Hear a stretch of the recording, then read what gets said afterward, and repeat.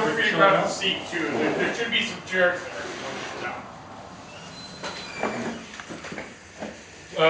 Wilfred, I want to ask you first. My first baseball memory is 1973, probably earlier than yours. So I missed Roberto Clemente by 1 year. And I'm sure you never saw him play. What was the inspiration for the book? Well, there was various reasons. I was actually looking to do a biography, and I have various subjects in mind, and I thought Roberto Clemente was, eventually it just came out on top in terms of making the decision of who to make the biography about. Whether it was his personal life or just the matter of fact that it's baseball, and there's not been much baseball inspired or experiment in terms of comic books. So I thought that was a good reason to. I mean, it could have been any other baseball players, but obviously there were other aspects of it that I felt that were strong enough to try to capture his life in a graphic novel. And did you ever hear about Clemente when you were growing up? Yeah, actually, because when I was born, a long time ago, he was still known and his memory was still, around in terms of the elders and things like that. So I always heard about it in terms of personality and his game, but I never saw him play per se. Now, in Puerto Rico, are there books about Clemente all over the place in the library, that sort of thing? I mean, there really hasn't been that much here until recently, the book that came out a couple years ago. But was it easy to learn more about him? Well, I haven't been in Puerto Rico in a long time, but back then, no, there wasn't that many books. It was more about, you visit a friend and somebody might have a poster of him. And you might be 3, 5 years old, I was. And you see the scenes and you hear people talking about some of the things he did and stuff. But other than that, no, there weren't that much information. Actually, right now, there's not much about him, other than there are a few biographies, but only like 2 or 3 are kind of worth reading. Mm-hmm. And you mentioned that there hadn't been that many baseball-driven graphic novels. Yeah. I actually thought some years ago that it would be fun to work on a Babe Ruth graphic novel because you could sort of use the visuals to suggest the power that he had, which is maybe not easy to carry off in pure prose. And I didn't work on that book, obviously, but one of the things that I think sort of makes your book so amazing is that what Clemente represented, and a lot of the black and Latin players in the 50s and 60s actually, was a new dynamic.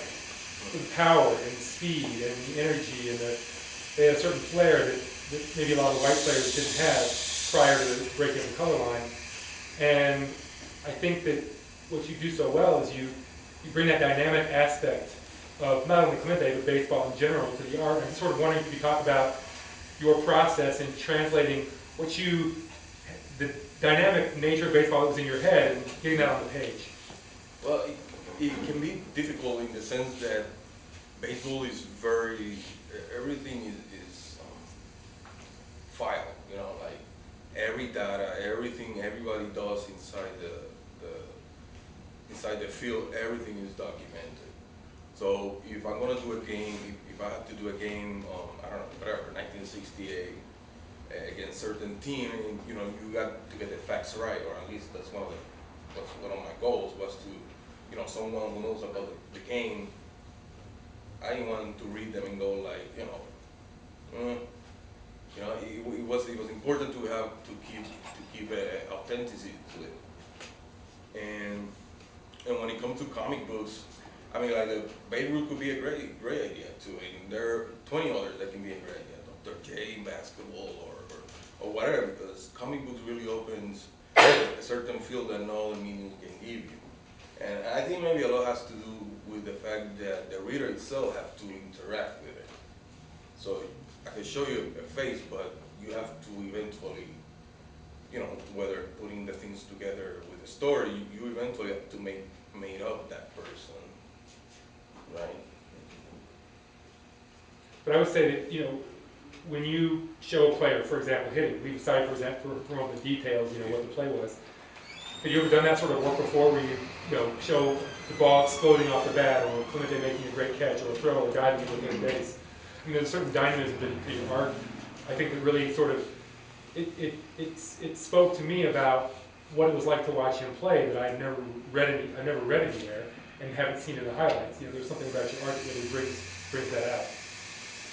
Well, the thing with comics is that there's no really a line to be drawn, and baseball itself has a lot of colorful language, and sometimes just reading about it gives you ideas. And I mean, I have a background.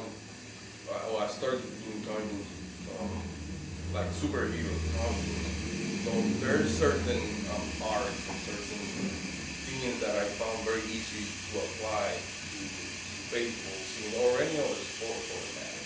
It's nothing that is new. I mean, like manga, Japanese people have been doing it for a long time, whether it's baseball or basketball or golf or tic-tac-toe, it doesn't matter. Everything they do, they find an angle that makes it interesting, and at least it's engaging for the reader, regardless if you're a baseball fan or right. You don't really have to be into the subject in order to appreciate what you're reading about. A lot of the book obviously is about Clemente's baseball career, but there's also big chunks of his personal life.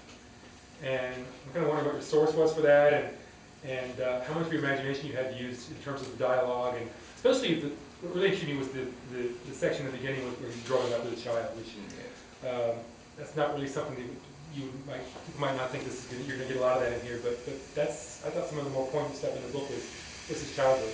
Where did that come from? Yeah, well, that was fun in the sense of there's a few details that comes out from his childhood that you can find in other biographies, but in order to make a storyline around that, you do have to do a little Speculation? speculation. Mm-hmm. Yeah, because I mean, you cannot get every detail of a person's life, and well, I felt that I had a certain liberty doing that. At the same time, I felt I have an advantage in the sense that I know where he was from, and I'm very familiar with the whole thing. So it's a matter of you can hear what Oh, so he went to dinner, right? But you might not know what he's eating, so you might speculate what he might be eating, and that's the stand of it that I try to integrate in the story itself.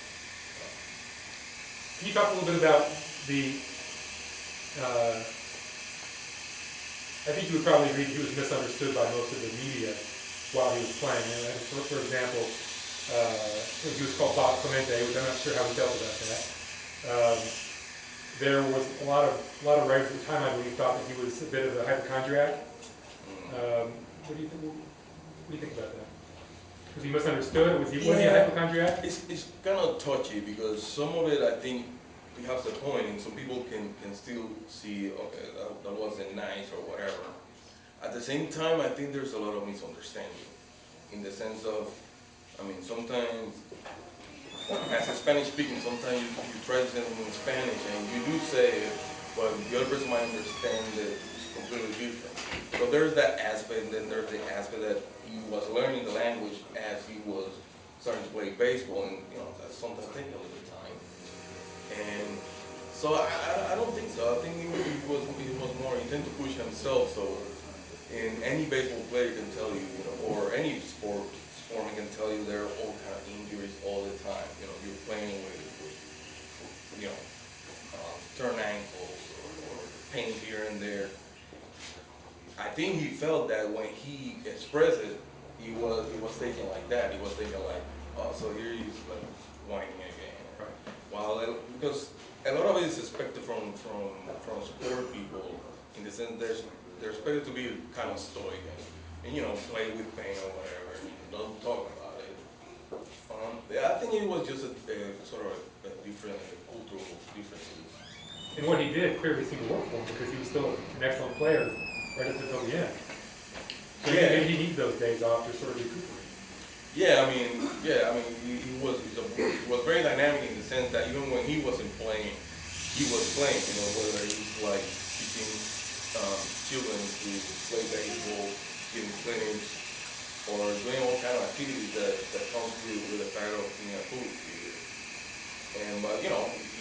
say something about it, but he still went out there and did what he thought he had to do.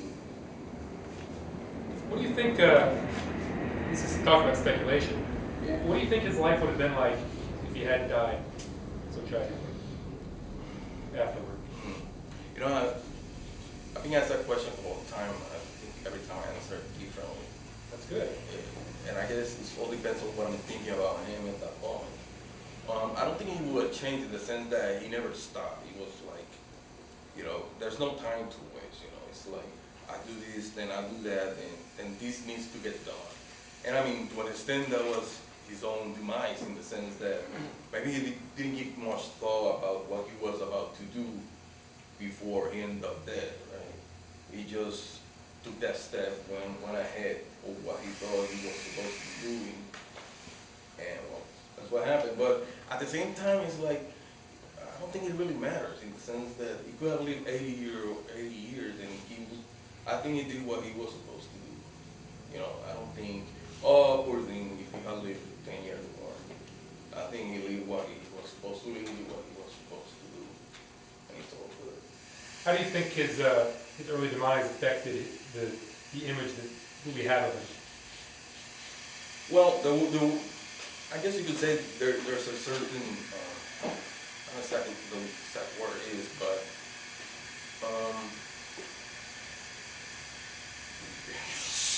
like he was seen in a way of, he comes for a very religious background, and in a culture that is very deep, deep in religion, and that makes I feel that, or I think that that's part of his personality. Um, so when he died, he died trying to help victims of an earthquake in Nicaragua, and I guess that has a lot to do with the way he was seen after his death, in the sense of he wasn't as a sort of like a martyr or a very holy figure to an extent. I mean, do you think he would have continued to do that sort of work, charitable work, after his career? Oh yeah, because I mean, if you find a little bit about him, you realize that it's not just about what he did, but he also have a lot of ideas, and a lot of the ideas he had, they were actually not finished even long after his death.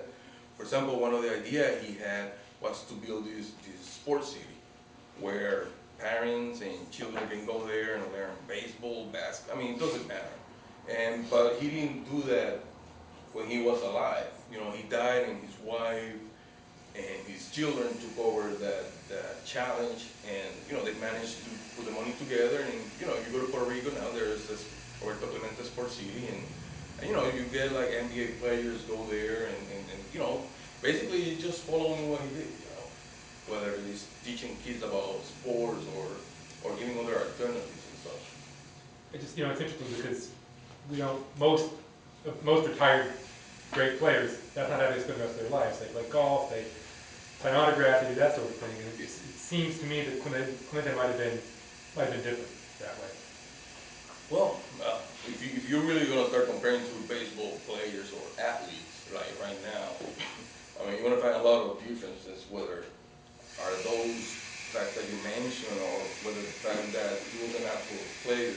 He had a slow start in the 60s, but eventually he caught on, and he turned very good, but he also had to work a lot of it. And, a lot of people right now take a lot of shortcuts, if you will. But he wasn't about shortcuts. He was about doing the work he felt he has to do, and getting exactly what he wanted to be. And of course, he also wanted to be recognized by it, though. Now, for those who don't know, there's one little great story about Clemente, which is that he should have been a Dodger. Yeah. And you can talk about that a little bit, because that would have obviously changed baseball history to some real degree. Yeah, I don't exactly remember the reason why he wanted to play for the Dodgers, but eventually that thing came out, and I mean, part of the research I made has one of the reasons that I read was that there were people inside the Dodgers organization that they felt, you have to remember, this was what, 54 or 5? 1954, So the whole race issue in the United States was a little touchy, to say the least. So they felt like, okay, we got this one, we can't have more black guys in our team because that might turn off a lot of followers and such. But I mean, it's not funny, but it's sort of like ironic because he's not really an African American either. You know, he's Puerto Rican and he's just black.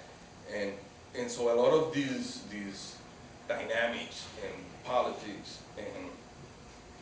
and whatever happened when he was in the state, it was sort of